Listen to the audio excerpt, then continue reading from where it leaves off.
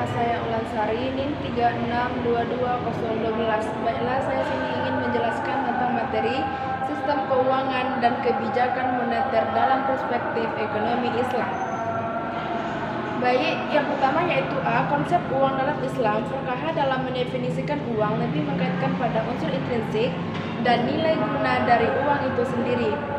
Meskipun sebagian dari para pemikir di kalangan Islam masih mendefinisikan uang dengan emas dan perak, sebagian lainnya tidak lagi memaksanya pada bahan dari uang itu sendiri, tetapi lebih pada prinsip maslahah dan adalah yang terkandung dalam materi uang itu sendiri. Uang dalam bahasa Arab dikenal dengan kata al-nuqud atau bentuk jamak dari nakdan yang memiliki arti lughwi kontan atau kas. Uang adalah alat penukar atau standar pengukur nilai atau kesatuan hitung yang sah yang dikeluarkan oleh pemerintah suatu negara berupa kertas, emas, perak atau logam lain yang dicetak dengan bentuk dari gambar tertentu. Sedangkan yang B yaitu ekonomi makro dan perubahan fungsi uang. Ekonomi makro adalah ilmu ekonomi makro, cabang dari ilmu ekonomi yang membahas permasalahan kebijaksanaan makro, yakni berupa pengelolaan dan pengendalian umum perekonomian secara nasional sehingga bisa tumbuh secara seimbang dan terhindar dari keadaan-keadaan yang mengganggu keseimbangan tersebut. Ekonomi makro Islam adalah ilmu yang membahas permasalahan kebijakan ekonomi secara makro berupa pengelolaan dan pengendalian sesuai dengan ajaran Islam. Perubahan fungsi uang, berkembang teknologi ikut merubah jenis uang yang beredar dalam masyarakat. Salah satu faktor perubahan jenis tersebut ialah kompleksnya transaksi yang dilakukan oleh masyarakat sehingga kebutuhan alat pembayaran yang dapat digunakan secara elektif tidak hanya transaksi tunai, non-tunai, bahkan transaksi jarak jauh.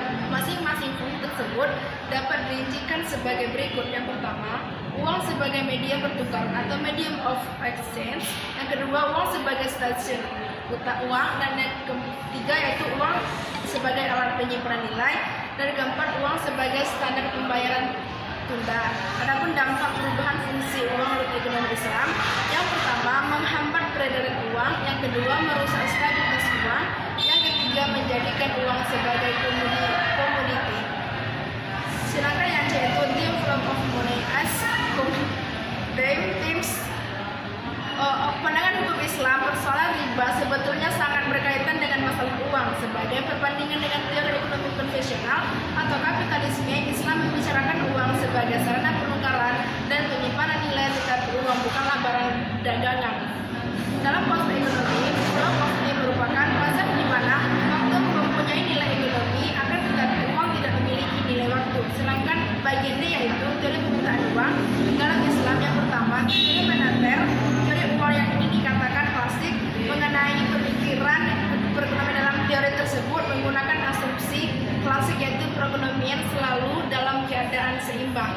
Dan yang bagian E yaitu instrumen moneter Islam, yaitu perbedaan instrumen moneter Islam dengan konvensional terletak pada dua hal. Yang pertama, tujuan penerapannya, dan yang kedua, mekanisme alat yang digunakan dalam penerapannya. Perbedaan pertama dalam ekonomi Islam, penerapan instrumen moneter bertujuan untuk menjaga agama, jiwa, keturunan dan harta yang disebut dengan mukas syariah. Sedangkan pada tujuan penerapan instrumen moneter konvensional hanya untuk menjaga harta. Baik, demikian video dari saya akhiri. Assalamualaikum warahmatullahi wabarakatuh.